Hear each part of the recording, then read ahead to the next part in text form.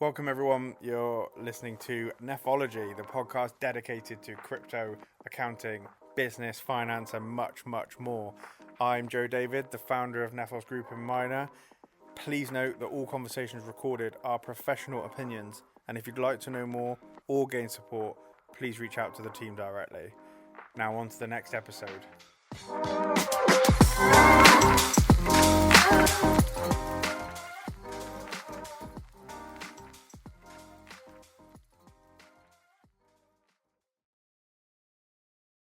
Welcome everyone to the latest episode of the Nephology podcast. I'm delighted to be joined by James today. James, how you doing? Very well, pleasure to be here. Yeah, good. Thanks for coming in. Maybe let's start off. Tell the people about who you are, your background, and where you've been. Yeah, so I am currently the CFO at Holo. We're a digital mortgage platform, like to say digital property platform, but people get the wrong idea when you say that. I've been in the region now for coming on 24 years.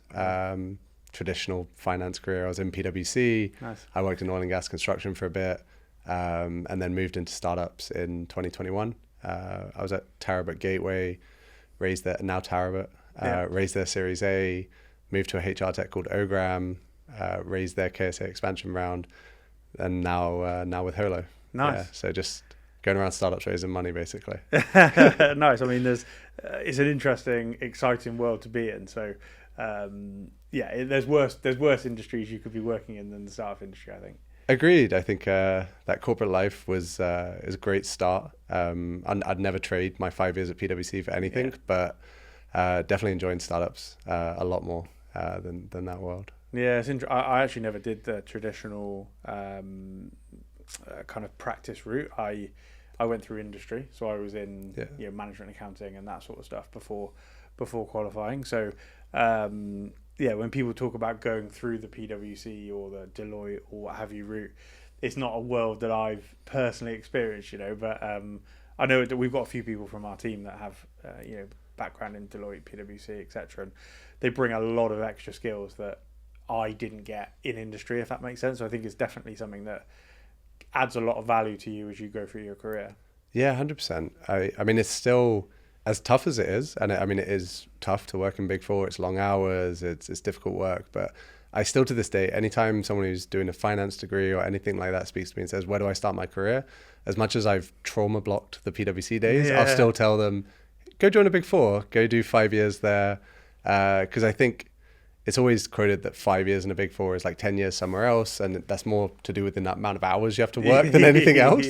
But definitely like the learning you get, the exposure you get is unbelievable. Even if you took me back to 21 now, I'd still take PwC. Yeah, nice. So tell us a little bit about Holo then and what you guys are doing and why that is very different to the rest of the market here in the UAE. Yeah, pleasure. So first and foremost, we try and bring transparency to the home buying process. So what you see in, let's say, a traditional mortgage process, you would either go to your own bank, you would get the products that they offer for home financing, you might go to one or two other banks. And really what that would give you is a very small snapshot of the mortgage market that's available to you. What we do with our platform is you go online, you fill out a digital application, takes you 10 minutes max, and you get shown every bank product that you're eligible for. So not only do you see potentially your own bank, but you also see the best products in the market that you can take. So that's our first step, is really bringing that transparency to mortgage markets and ensuring that people have all the information in front of them. We were running that for a number of years, just that as a business model. And then we started to think, well, what else can we help in this process? And what we found was the slowest part of the journey was when our customers went out to go and find property.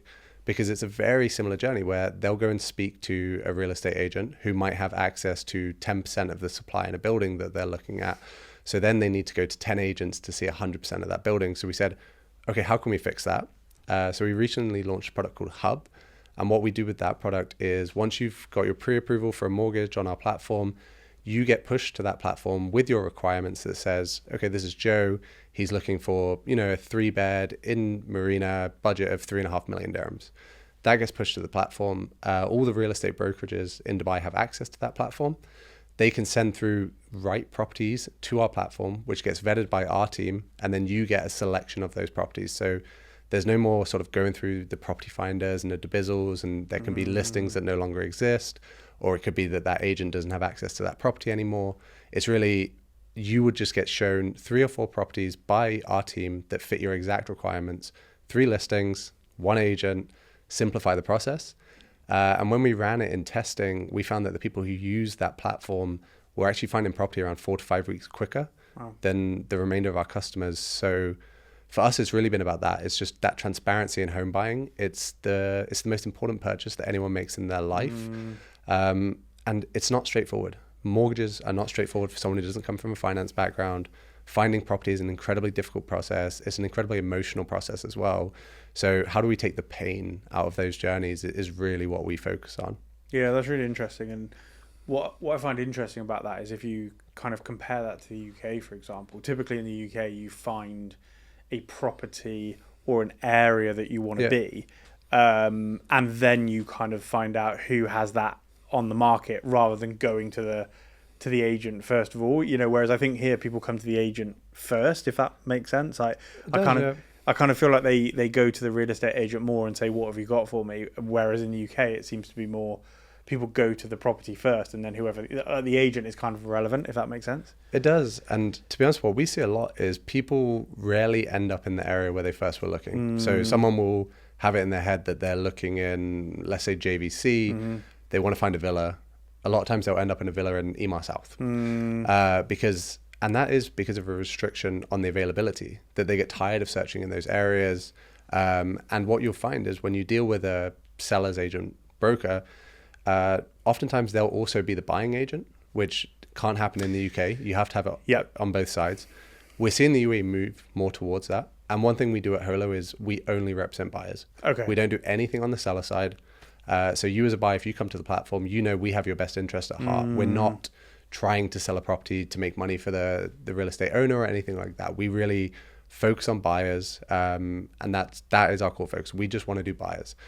That's twofold for us. One, it allows us to provide a better service to the buyers because we only have their interest at heart. But similarly, it lets us work with the real estate ecosystem here, right? We're not trying to disrupt. We're not trying to take food out of anyone's mouth. We want to help them. And with a product like the Hub, what we're saying to real estate brokerages is, we are making this easy for you. We're sending you pre-approved buyers who are ready, who are high intent. They know exactly where they want to buy. If you have a property, send it to them. As an industry, let's make this better. Let's do quicker transactions. Let's have happier customers on both sides.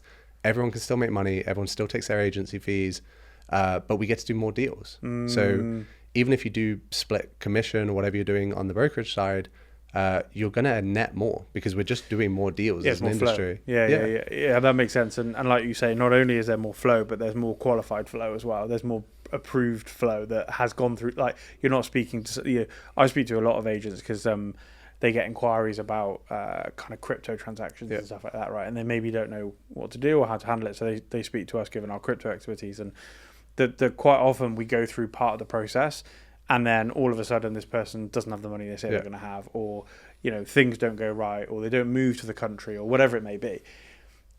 That process is a waste of time for everybody. Whereas what you're doing is saying to the agents, well, actually, we've done all of that kind of hard work, if you like, for you. We've pre-approved them. They're ready to go. These are the actual properties they can afford. They're the ones that they've been approved for. Here you go. Go and sell them the property type thing. Yeah, exactly. It's someone who has a mortgage. They know their exact loan lending. They wouldn't get approved for the mortgage if they didn't have the down payment side of that, if they couldn't cover fees and everything. And that's another thing that we focus on with the platform is, I think when people buy property here, they know that it's 20% down and they think that's it. But the reality is you're adding on about another 5, 7, 8% in your fees when you have your DLD registration, your brokerage fees, your mortgage fee. And we show that upfront on the platform. So whenever you're selecting one of the mortgage mortgage products, it will tell you, this is your loan amount, this is your estimated EMI, but also here's everything you need to pay prior to the transaction. So how much are you out on cash before you get access to this amount of financing? And what we find with that then is we don't get low intent people on the other side, right? They've come through this process, they've been approved by the bank, they know exactly how much cash they need to put down to complete the transaction.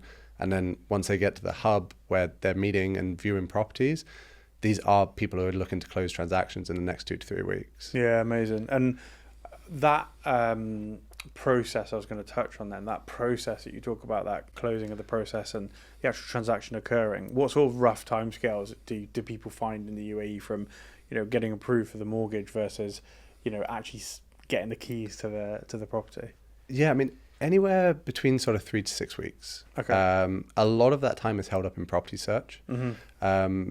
Because as I said, we see people come from two sides. You might see someone who has the property in mind, then goes for financing, or you'll see people who go for financing with a general idea and then look for property. So the property search can take quite some time. You might be looking anywhere 4 to 5 weeks on that. Mm-hmm. By the time people actually get around, people have jobs. They can't just go and view properties every day. All day, yeah. And then the transfer process here is slightly archaic. You're still going down to a transferee office in person. You're still signing. You still need conveyancing. When you contrast that with someone like KSA, where this process has been digitized, you can actually transfer on a property from your home in Saudi because all of its digital signatures, which is brilliant. And it's something that we would really, really encourage to come to the UAE, and we hope it does, because these processes should be easier. But they're just not. Yeah, currently. Especially for a place like the UAE where it is supposed to be this kind of tech-focused, innovative place. It doesn't make sense that part is still, and the same with the rental process and having to provide checks. Yeah. Rather than bank transfers or things like that. That sort of stuff probably needs to change. But that's a good point there. So in terms of your business, what areas do you operate in? Is it just the UAE or is it wider GCC? So currently just UAE. We are looking at geographic expansion at the moment. Hopefully have some big news on that soon as well. But yeah, I mean, our eventual aim is MENA player. Mm-hmm. We're not looking to go to Europe or the US or anything like that. We're very focused on MENA. The two founders of the business have been out here sort of 10, 12 years each now. Absolutely love the region, want to stay here, want to build here. And when you look at the size of the market out here, I mean, property out here is the absolute DNA of this part of the world. I mean, historically, that's how the region's made its money outside of like oil and gas and tourism. But then you talk real estate, when you talk sort of the bigger family wealth out here and stuff, so much of it is tied up in real estate. So I think we've started to see that in Proptech now, where when we looked at sort of the fintech industry out here, it was people taking fintech companies from the US that had been built, replicating it, localizing it, building it. Yeah. And there's nothing wrong with that. We need those products, right? We need a Revolut out here and we need great card processors and whatever it may be. But in PropTech, what we've seen is the region has such a history of success in real estate that we're really seeing more proprietary stuff being built out here in PropTech, which is so exciting. And that for us just encourages us to stay in MENA because one, the market's massive. Yeah. I think when people think MENA, they think small market because they look at single countries. They'll look at the UAE or Bahrain or something and say, well, these are small markets in contrast to, let's say, a US or a UK or something. But when you look at MENA as a whole, these are markets that are similar sizing. Like MENA region has the same population as the US. Similar buying power across MENA. It's just you need to be across 10 countries to access it rather than one in the US. Yeah. So that does create some complexity. But that's a journey that we're really happy to go on. We're VC backed and we're backed by local investors. We want to continue to generate money within these economies, keep money in MENA and potentially even attract more money to MENA as well through international investment. And then I think on top of that, the startup support that you can get out here from governments, there's a huge amount of government initiatives across UAE, Saudi, Bahrain, which is just great. And it's also a region that really promotes and rewards entrepreneurs, right? It's 100%. A region that loves people who take risks and things like that. So, yeah, super exciting region to be in, and definitely we're here for the long haul. For the long haul, yeah. And I agree. And I think not only does it reward the kind of the entrepreneurial spirit, what that then does also is then attract more entrepreneurial people, and that means that the government are rewarding entrepreneurs, but also entrepreneurs are then rewarding other entrepreneurs, if that makes sense, by building this ecosystem and I just love the buzz that happens around. I actually got abused a little bit in the office when I went back to the UK in the summer because someone said to me, why do you like Dubai so much? And I was like, I just love the positivity. And they just looked at me as if to be like, what do you mean the positivity? That's such a rubbish thing to say. But unless you've been here, unless you spent time here, everybody wants to do business. Everybody wants to help you. Everybody wants to be by your side, Whereas in the UK, especially, and that's my main other reference point, it feels like everyone's against you. Do you know what I mean? It feels like everyone is out to get you. Whereas here, it definitely feels like everyone wants to win together because they see how much opportunity there is in this area. So, yeah, I'm sure you've seen that in your... Yeah, I mean, I think UK at times can be a bit like crabs in a barrel. Yeah.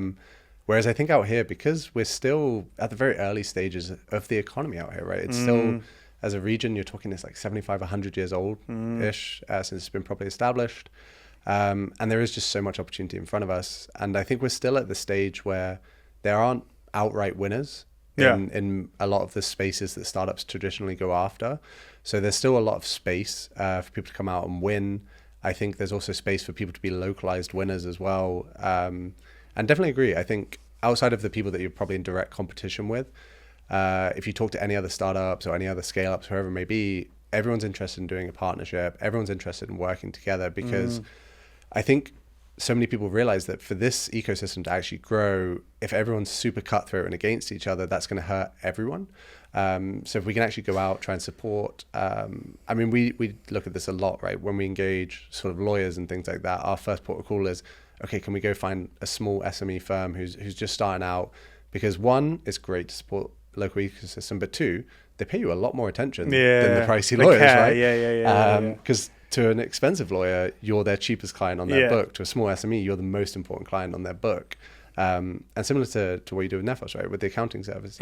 If people come to you and they support that smaller business rather than going to like a PwC or someone, the care and attention they're going to get is so much higher. 100%. And definitely, I think you just see that. And there's so many opportunities to meet people out here as well in terms of that. I think even if you go out to sort of like random drinks or something, 4 or 5 people that you meet will own a business or are starting a business. And that's just so exciting to be in those kinds of environments. Yeah, well, we met obviously via the YP club, kind of networking members club, whatever you want to call it. And even that, you know, is such a welcoming community of people that everyone wants to, you know, kind of work together, each other's businesses, and you know, you get such a broad range in that. You get some people that may be from a big corporate, and you get them all the way through to, you know, a startup. But no matter what, people want to support each other, and I think that is, the ecosystem or the kind of area that we're in here. It's just a supportive area. So, one of the words you kind of just mentioned there was Proptech. So for those that don't know what Proptech is, maybe you can just give us a little bit of a summary of what that is and where you fit into that. Yeah, I mean, it's the startup habit of just taking half an industry word and adding tech to the end of it. But yeah, I mean, Proptech is anything that focuses on bringing tech to the property industry. So I think if you wanted to get even more specific, we started out as mortgage tech and have now moved into Proptech. But you know, there's a lot of people in our space out here. You have people like Stake doing the fractional ownership, which would be Proptech, a little bit on the fintech side as well. And I think you see that kind of across Proptech, where we play kind of in the property space, kind of in the financing space. So it's like, what are you? It's just prop fintech is a bit of a mouthful. So we go with Proptech. But yeah, so it's really about bringing technology to the property market, whatever that may look like. I mean, Property Finder, Proptech, Stake, Proptech, Holo, Proptech. There's a lot of different areas that we can look at. Where we see ourselves in that is, as mentioned before, we want to enable a lot of the other players in the space. It doesn't make sense for a traditional real estate brokerage to go out and build a lot of tech. So whilst we build the mortgage side, but can we build tech to help support them? So we do like white labels for mortgages and things like that. And it's really about just bringing that tech to the industry in general. And I think you've seen similar stuff like Stake. I'm such a fan of what they're doing. I think the property market is an incredibly expensive asset class for most people. So bringing that fractional ownership is great because it's an asset class that everyone should have some exposure to. 100%. But that first entry point to the property market is so expensive. Even if you look at sort of an investment property out here, you want to do a studio in JVC, it's going to cost you 600 grand. So down payment 120, add-on fees 150. That's a really expensive entry point for an investment. So I love what they're doing in the fractional space. I think it's so cool. It's a great way to democratize real estate. 100%.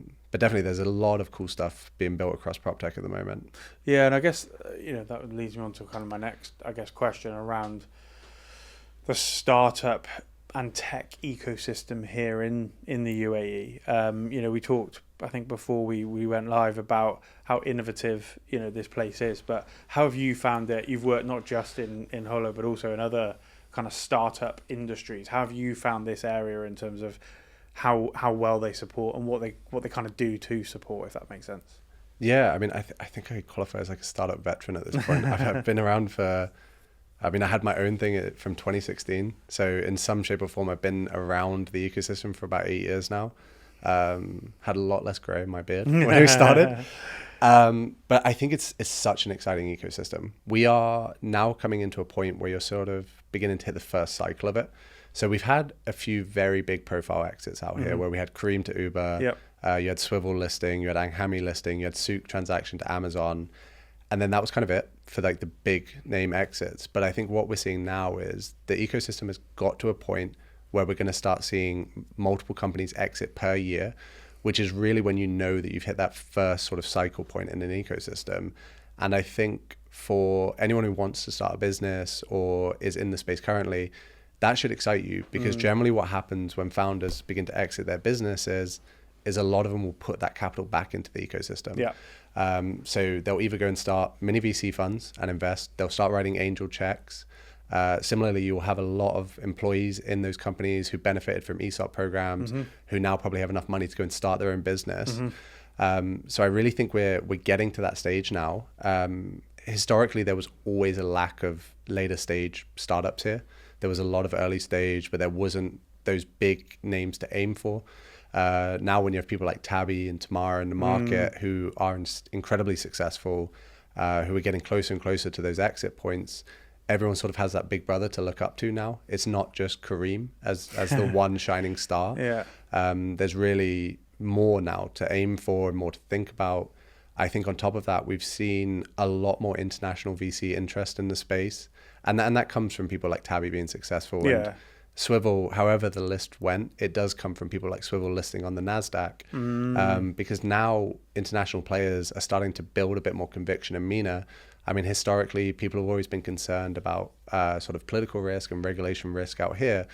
But that's starting to go away with international investors now. I know, given the timeline of us filming this, is not great for that. But No, but the other reason why I kind of I smile at that is because, in my opinion, there's a bigger political risk right now in the Western world than in this part of the world. Of course, there's certain tensions and things like that going on in different parts. But if you look at the way the US market is right now, if you look at the way the UK is, if you look at France and, actually, I think the political risk is worse, if you like, in those areas rather than these areas. There's an element of political stability in a lot of the core markets in MENA anyway. 100% agree. But try convincing international VCs about that. Fair point. Fair point. Difficult. Yeah, if you're a Silicon Valley investor that's only been in Silicon Valley, I can understand that is a risk. But if you've opened your eyes and come here, and come to and not just the UAE but this region in general, you will see that actually there's more stability here than there is over there. I think. I 100% agree, and I think the governments out here have been smart in managing that. So they've invested in a lot of international VCs. They've put strings on that. There's some amount of the money has to come back to the region. And it's given us that, as startups, that ability to go out and pitch to international investors. I remember sort of pitching to international investors, even 4 years ago. It was such a difficult idea where they would say, oh, MENA, we don't look at it. Whereas now, every US firm I speak to, every European firm I speak to, you mentioned MENA, they may not be here yet, but it's an area of interest for them. It's somewhere they've begun looking. And they were always, if they would write before, it would be very late stage that they would write the more secure type stuff. We're starting to see people come in earlier and earlier. There's a VC based out of Silicon Valley called Altos, who just wrote Zena's Series A, which is so exciting because this is a US fund writing a Series A for a great company, like one of the nicest looking products in the market. And that's fantastic because that shows some real conviction in the region. And I think what else people are starting to realize is there's a lot more value to be found here. When you invest in a company in Europe, let's say, or in the UK, you're investing in a very competitive market. Whatever space that person's in, it's going to be competitive. Whereas here, you take, for example, like card processors, when you look at Casio, Alan, people like that, there's 2 or 3 good players here. There's not this 10 players that they have to compete against. So the return potential for VCs is significantly better out here. And do you know what? I was thinking about this earlier when you were talking about the startup opportunities and things. You've got to look at as well things like the West. Let's take a Stripe, for example, right? Stripe built a business from, let's say, nothing, right? That there wasn't really, or people didn't realize that there was this market for this. Whereas now here, there's people like MamoPay, for example. They can look at that market and go, well, we don't have to create something from scratch, but we can build something in this area that is exactly what this area needs, but we can learn from that. Not even mistakes, but do you know what I mean? We can learn from that. I guess what I'm trying to say is you don't necessarily need to innovate something completely new in this area. You can innovate something that's already kind of existing, or in a way existing in the Western world, and bring it to this part of the world and have huge upside potential, which I also think is super interesting. It is 100%. I mean, if you're like a founder and you listen to something like this, and you see a gap that currently exists in this market, the first thing you should do is go and look and see if it exists in the US, because 9 times out of 10 it will, and that shouldn't put you off, because I think what puts people off when they see something like that is they think, well, how do I become a global player when I have someone like Stripe there? You don't need to be. Be a MENA player, take over the MENA market, and then go to Stripe and get them to buy you. I was just going to say that. You're still going to have a huge exit. Yeah. It's like, do you need to be the global player? No, because for someone like Stripe, I mean, Stripe are here now, but for the startups from the US and UK that need more on-ground presence to run their businesses, MENA is still a scary market to them. They're always going to prefer acquiring into the market and building themselves. And that's when we look at it at Holo, we say, do we want to go to Europe? Do we want to go to the US? No, let's build an own MENA and then go to someone like Rocket Mortgage in the US and say, hey, do you want to buy the MENA market? Because we've done it for you. You don't have to take all that time to try and win the market. And will it be a 10, 20, $30 billion exit? No. Can you still get a unicorn exit off the MENA market? Yes. You can still become very big here. You can still get a very big exit. You can still return those multiples that VCs want. And similarly, as a founder, you can still return the capital that you'd want on a business. 100%. So I definitely think people should be less afraid of that. You're not copying someone else. Localize the product, right? 100%. And I think the other side to that is, if you take Stripe as an example, the time it took them to enter this market was a very long time in comparison to, so what my point there is that, and part of that will be the barriers to entry, that, it is a little bit more difficult if you're not based here to set up here. It's a bit more difficult to hire people here if you're not based here, all those sorts of things. And also data protection laws here, they like to keep the data in the area, not allow it to, sit in some US server, etc. I know Saudi specifically has to be on premise. To be on premise and whatnot. So my point there is that makes barriers to entries if you're not already here quite high. So if you're a US firm making loads of money in the US, Stripe for example, and Europe, whatever, why take that huge risk initially? Why not just carry on as you are and let someone else test the waters? So I can understand why Stripe, maybe as an example, would take a bit longer. But for me, that's a huge opportunity for founders and builders in this area to go, well, actually, let's get there first. We are here. We know the market. Yeah. We can start today. It will take Stripe 5 years to come here. So let's get a 5-year head start, and then, like you say, offer it to them, or by that point you might have built a big enough client base that you can compete with them in this area. So I think it's, like you say, it's not scary. It's actually an opportunity. Looking at the market and going, what is out there in the Western world that we don't currently have in the MENA region? Is there an opportunity to bring that here? Yes or no? If there is, go for it, I would say. 100%. I mean, your product development, your product roadmap is done for you. Mistakes. So great. All those things. Yeah. The mistakes are done. Yeah.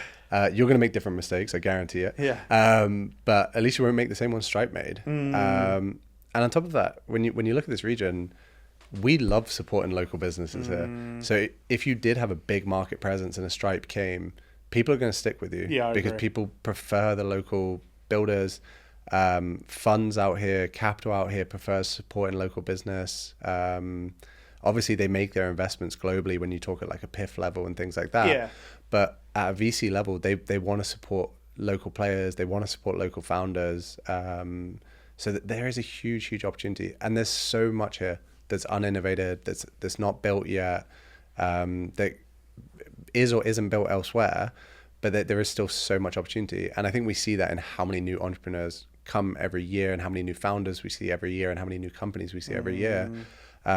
That people are still seeing these opportunities to try and build here. Agreed. And when you talk about this region as well, and you look at the buying power, like average income levels out here are extremely high compared with Western world averages. So your pricing can actually be a little bit better than what people do in the US as well. Your margins can be a little bit better.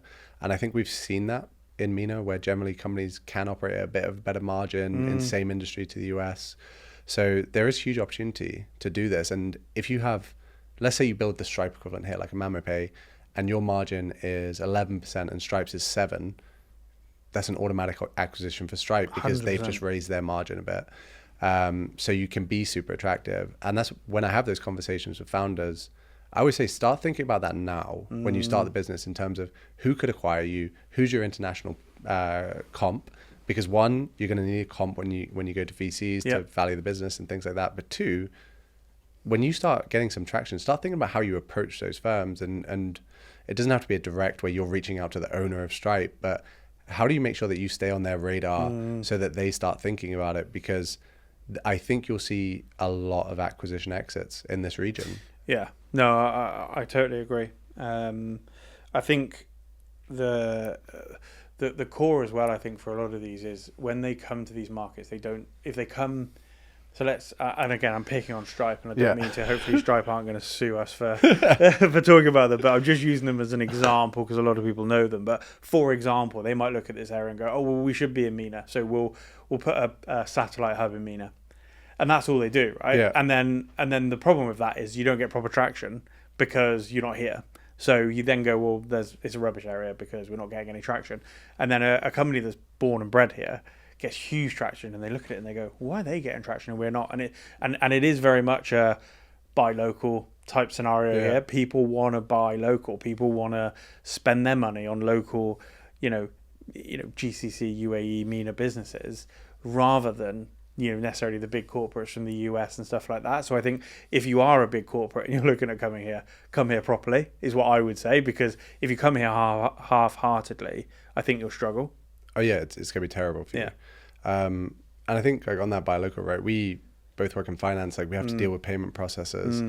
If I sign up with Stripe and I have an issue and I try and get through to Stripe, I'm going to get a customer success agent or something. If I'm with Mamo and I call Mamo, it's not that difficult for me to get through to the founder or to find the founder of Mamo and speak to him. And I think those are conversations that people like that should welcome. It's product feedback and things of that nature.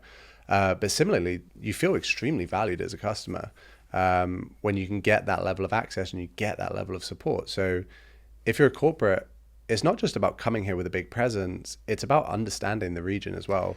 It's a very, very relationship-driven region. 100%. So even if you're going to send 50 people here, it's going to take them a long time to understand the culture of the place, and it's going to take them a long time to understand how people work here, how deals are done here. Because if you look at how businesses are run in the US, especially SaaS businesses, it's all sort of SDRs calling people over and over again, trying to get signed people, trying to do it on volume. That doesn't particularly work in this region. People want to feel a bit more cared for in their customer process. So again, I think that gives founders here the edge. If you understand the culture here, you can win on culture, you can win on presence. Yeah, 100%. And I think that's core, even things like banks. When I talk to the bank here, I talk to them on WhatsApp. I talk to a bank manager on WhatsApp. I don't talk to a chatbot. I don't have to phone.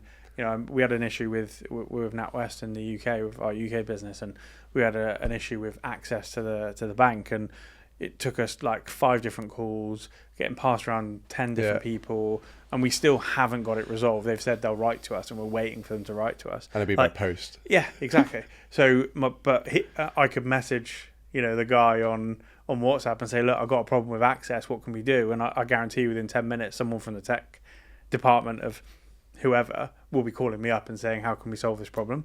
Yeah, 100%. They'll be walking you through it, right? They'll be on the phone as you fix it. 100%. So I think that is the other thing here, is that, and that leads me on to you guys as well, but that customer centric, the customer first. And like you say, the US and the rest of the kind of Western world is very much on the opposite, I would say, although they might say they're customer first, they're not. But that's something you guys have built your business on as well, is that customer centric approach, right? Yeah, 100%. So we've seen other people who play in the same space as us try and force a fully digital process onto their customers, right? So they'll have application forms, whatever else there may be, and then all of that comes through. The customer will get to some kind of dashboard where they have to upload their documents. For most of them, it's not even that. They'll just send the customer's name and number to the bank and then get the bank to complete the process for them.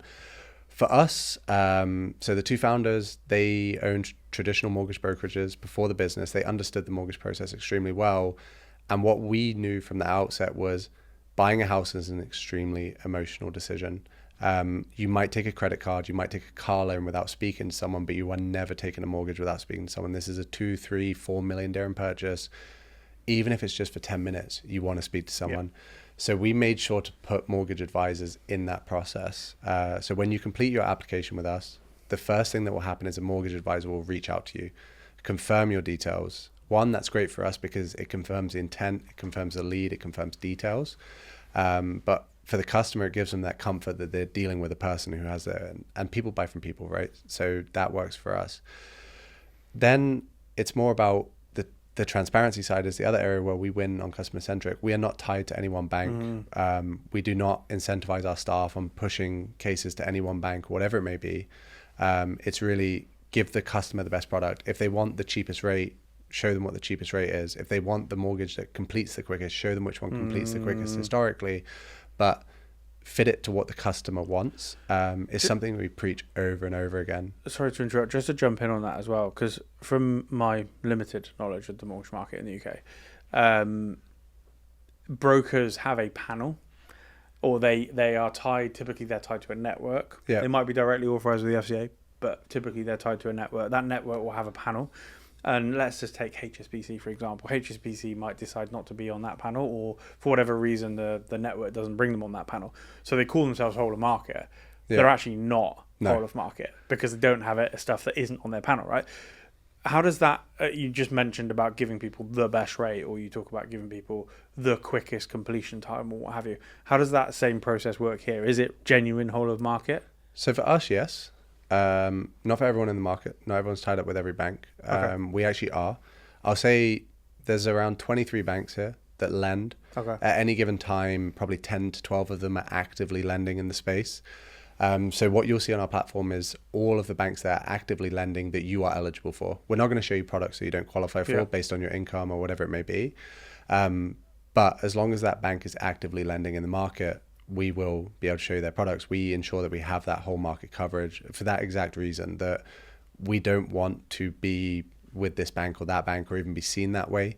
It's another reason why we don't do network. A lot of what you see out here, a lot of the other players out here, they don't get their customers directly. They'll get other mortgage brokerage, submit to them. They put it all together and submit it as one big group, which is great for your GMV.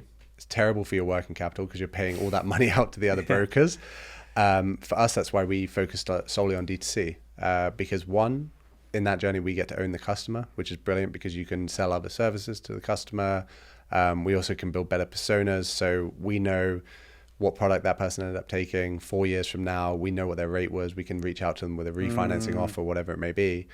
But also it helps us control the quality that we send to banks, which is how we maintain relationships across all the banks, because one of the easiest ways in mortgage brokerage to lose those relationships is by sending a lot of really bad cases to the banks, because all you're doing at that point is you're tying up their time. One of the biggest things that we like to quote is that we sort of submit 10% of the people who apply to us to banks. Wow. We filter the other 90% for the bank.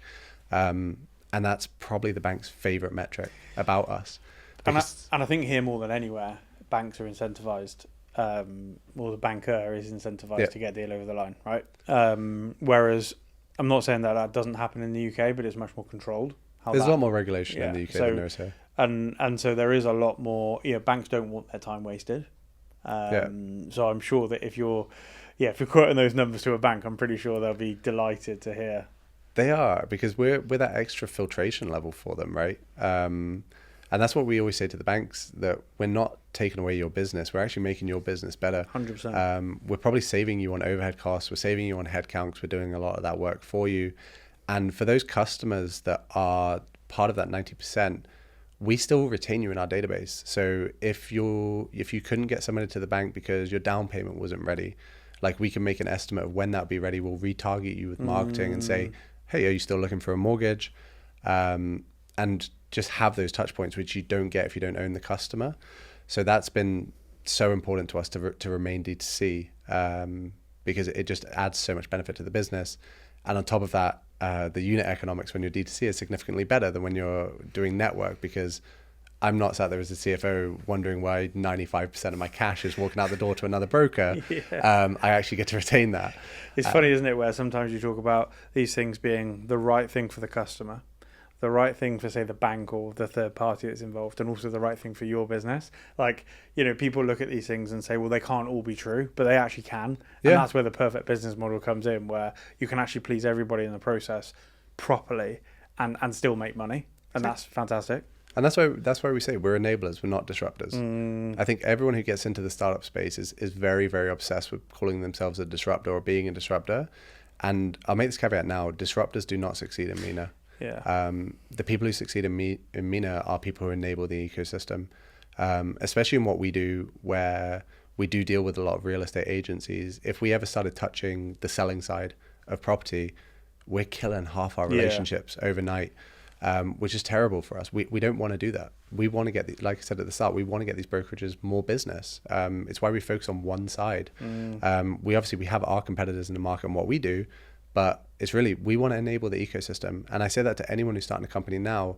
If you position as an enabler, you're going to go so much faster and so much further because of what we touched on earlier, whether you have that ecosystem support if you're enabling. If you're trying to disrupt everyone, that same support doesn't exist. Then no wonder they don't want to talk to you, or they and I think that's the key, right? Be an enabler, not a disruptor in this market is the key to success. So on just moving on to the kind of technology side of things. So, you know, things like AI, machine learning. You mentioned that's something that you guys are looking into, and then maybe also my favorite subject, the blockchain side of things. How are you now integrating AI and machine learning into the business? Because everyone's talking about it. Yeah. Some for good, some for not so good. But how are you guys integrating it into your business model? Yeah, I mean, the one thing we didn't want to do was build a chatbot and say we were doing AI. It's a very simple layer to add on, because then you get to stick AI in your pitch deck and VCs love it, but it's not AI. No. What we focus on with our AI stuff is, can we improve the application process? So can we make that smoother for customers? Can we create that journey where 100% digital is possible? You will get the odd investor out there who's getting a mortgage who doesn't want to speak to a person. So can we create a process for them that's 100% digital? That's where we focus our AI learnings. I know that's the most nothing answer, but it's just because I don't know when this will go out, so I don't know if it's public what we've done yet. But that's fair enough. It's very focused on improving the efficiency in the application process, and really improving the efficiency for both our team internally and for the customer. So when we build this stuff, we don't just say, let's build something that's customer facing and build flashy. We say, what can we build for our team? What can we build to help them do their job better? Because we didn't hire all these really talented people just to replace them with AI. No, how do we build tools that help them in their job? 100%. And I think, you know, the key as well for these things a lot of the time is these players that come to market. So, you know, OpenAI were the best and worst thing to happen for the AI machine learning industry, in a sense of they brought it to the mass market, which is fantastic, but then they also made it kind of commoditized, if you like, into everyone can now say, well, I've got this or I've got that, and, you know, AI this and AI that, when actually in reality, who's really doing AI properly, and what does AI properly even mean? So I think, like you say, using machine learning maybe is the right phrase, or, you know, using technology to improve the process for your customers, absolutely. But taking away the human and just having a completely, you know, automated, computerized process, like you said, especially in this region, I don't think people would want. No, and I don't think anywhere that we really want that, right? Because it's it builds that fear into people that is AI coming for my job. And I'll say this, so I started my career in audit in 2013, and people were talking about AI taking over the audit industry. Still hasn't happened. That was 11 years ago that I was told that auditors would be put out of a job by AI. So I think we just need to focus on building tools that help people, right? Like get people doing value add work. When I look at it from a finance perspective, for example, do I want the guys in my team focusing on posting journals, or do I want them focusing on value add work? I want them focusing on value add work. 100%. So if I can find an AI tool, like when you look at sort of your AP and your OCRs and things like that in finance, brilliant. Yeah. Takes away the monotonous work from them, lets them focus on value add. That's where we need to see AI. And we're exactly the same in our, but you know, it really frustrates me when people say that AI will replace accounting straight away. Oops, not the microphone. Yeah, we're like the easy industry, yeah, right? which is completely the opposite. You know, can AI replace the mundane day-to-day processing? Absolutely. Or can machine learning, can technology? Absolutely it can, because there's no value in it. But can it replace this? Really, in reality, and analyzing data and numbers and putting forward ideas and suggestions and, you know, things like that? Absolutely not. And I think that's I always talk about COVID as an example, right, where if you were sat, and I'll take the UK market because I don't know the dates that things happened here, lockdowns and stuff, but if you were sat in the UK on the 22nd, I think the lockdown was the 23rd of March. Let's say that around that date. I think ours was the same, actually. Okay. Although not as long, I understand. No, just 2 weeks. Yeah. If you were sat on the 22nd, there was a significant amount of rumours in the UK that were suggesting that this was going to happen and blah, blah, blah, blah, blah. As an accountant or as a CFO or as a business owner, you could have used your brain, your thoughts, to start planning what might this look like if this happens and blah, blah, blah, blah, blah. It's very difficult for a computer to do that. Yes, it can scrape data from the internet and kind of make decisions based on that, but it can't make humanized decisions. Do you know what I mean? It can't look at the people in front of it and go, who am I going to have to ask to go home tonight and not come back tomorrow, and who can help me through this? And it's impossible, I think, at the moment anyway, for a computer to be able to do that. I mean, geez, can you imagine being laid off by AI? A computer. Like layoffs are bad enough as it is, but you have like a little chat GPT bot telling you you've been fired. Yeah. Jeez, that might be the worst experience in the world.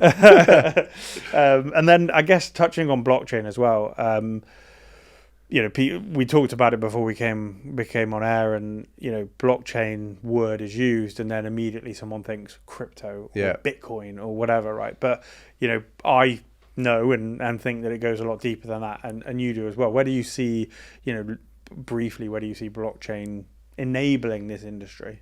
Yeah, I think for property, you'll see it in smart contracts. I think when we talked about the transfer process of a property being fairly archaic, and the reason that is the case is because you need humans there. You need confidence in the documentation. You need confidence in the legality of the documents. That's something that smart contracts can go after, right? That is the security that smart contracts and blockchain provide for you. So I would love to see that in the transfer process space, like title deed space. I think brilliant. I think crypto will have a place as a currency to buy properties and things like that. But I think the biggest stuff in property will definitely be on the smart contract side. Can we put title deeds on the blockchain, 100%. For example? And can we create a world where you can do a transfer of a property in the UAE while you're on holiday in the Maldives? Yeah. That's only possible with that kind of technology. And also, putting in place the verification process, right? Yeah. So not, how do we verify that this person owns this property? Well, the blockchain verifies that. Exactly. Yeah. There's no question, there's no argument, there's no issue. And like you say, you can be anywhere in the world doing anything. As long as you've got an internet connection, you'll be able to verify, that transaction and that property. And I think, you're right. International money movement, blockchain and crypto helps that. And I think so being able to use blockchain or crypto to send money internationally or to buy property internationally or something, I think absolutely there's a huge place for crypto in that market. But I think, like you say, for blockchain specifically, it's going to be that smart contract, ownership, title deeds. It's a no-brainer for me that title deeds eventually sit on a blockchain. It is. I mean, if you look at it now, if you're in the process of buying a property in the UAE and you go on holiday, that process stops until you come back, which seems nuts considering how technologically advanced we are these days. So I think that's where smart contracts comes in, right? Why should that process stop? Or why should you have to go out and get a POA to complete that process while you're on holiday when almost everything else you can do in your life, you can continue to do while you're on holiday, except buy a property. Yeah, it's a crazy, and that isn't just this area. That's it's global. Global. Yeah. So no one's solved it in that sense yet. So I guess then finally, and I could sit here and talk to you It's been enjoyable. Day, all night. Yeah. Super interesting conversation. But where do you see the future in startups in this area? We can talk about Proptech specifically, but startups in general. Where do you see this market moving? Yeah, I think we have a huge amount of growth ahead of us. Like I said, I think we're going to that first cycle now where you're starting to see exits. And really when you see those more mature startup ecosystems, you generally see a number of exits a year and a number of new companies a year, but it's semi-married. I think we're getting to that now. As we spoke about earlier, I think there's so much left to be innovated out here. So anyone who's sort of worried about starting a company, don't be. If you have an idea that you can't stop thinking about and you can't sleep because you're thinking about it, just start the company. I think we're seeing more venture capital come to the space. I think we're seeing venture capital deploy earlier as well. I mean, historically here, VC funds would not deploy pre-revenue. We're seeing that a bit here now, which is great for the ecosystem. I think we have a huge amount of growth ahead of us, and I think it only gets better over time. We're really starting to see talent come to the region now in this space as well, which is absolutely amazing. And then specifically to Proptech, I think as I spoke about, with property being the DNA out here, I think Proptech could really be the niche out here, because when you get that combination of old school knowledge and innovation, and your investor base understands property market extremely well. So when I've dealt in fintech and you deal with investors, it's not a space they truly understand. In Proptech, when you deal with investors, this guy knows he owns 3 buildings. He understands property. So he might not understand what we do on a tech side, but he definitely understands the actual business. And when you get that marriage of investor knowledge, old school knowledge, region that understands what you're doing, and tech innovation, that's when you see a truly, truly successful niche. And I think that's what we found with Proptech. Yeah, I think that's amazing. And if you could give one piece of advice to a startup or a founder or something like that in this area, what would that advice be? Stop being so obsessed with building the tech first. Do it with a pen and paper. Do it with an Excel sheet and a phone. Or Remarkable. Please sponsor Joe. Yeah, just do it. Whether it has to be manual at first, do it.